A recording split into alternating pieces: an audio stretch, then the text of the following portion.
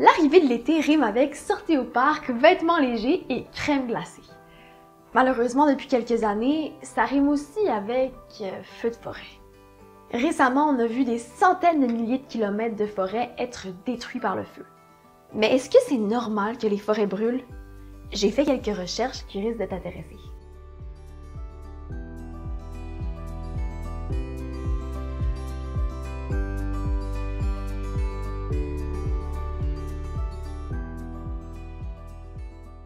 Commençons par regarder comment se déclenche un feu de forêt. Il faut absolument les 3 ingrédients suivants.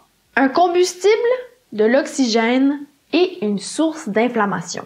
Le combustible, c'est le bois, les brindilles, les feuilles, etc.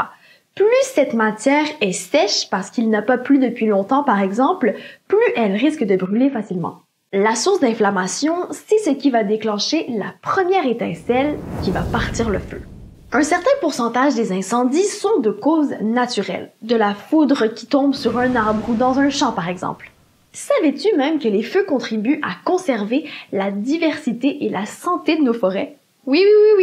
Les feux de forêt sont à la base d'un processus naturel essentiel au bon rétablissement et à la croissance d'une forêt. Il y a plusieurs éléments nutritifs dans les cendres et le bois brûlé. Ces éléments enrichissent le sol, ce qui stimule la croissance et aide la végétation et les arbres à repousser. Sans les feux, certaines espèces d'arbres pourraient disparaître complètement de nos forêts. Mais dans la plupart des cas, la source d'inflammation n'est pas naturelle.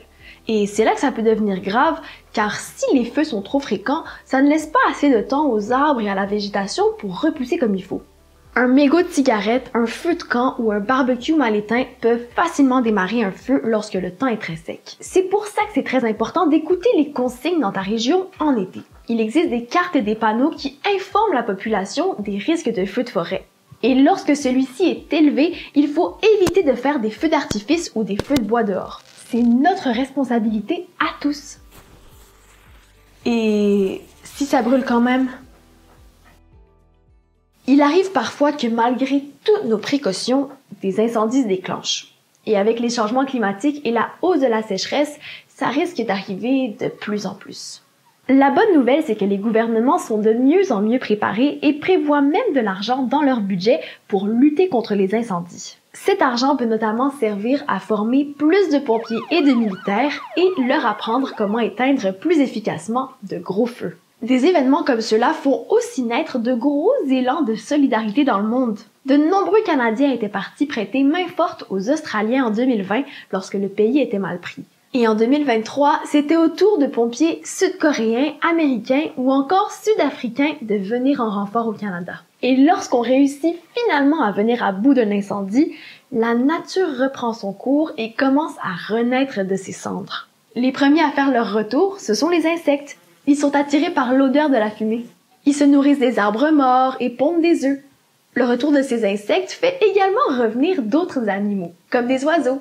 Et puis, petit à petit, la végétation reprend le dessus avec l'apparition de verdure, de buissons, de fleurs, et puis, au bout de quelques années, d'arbres.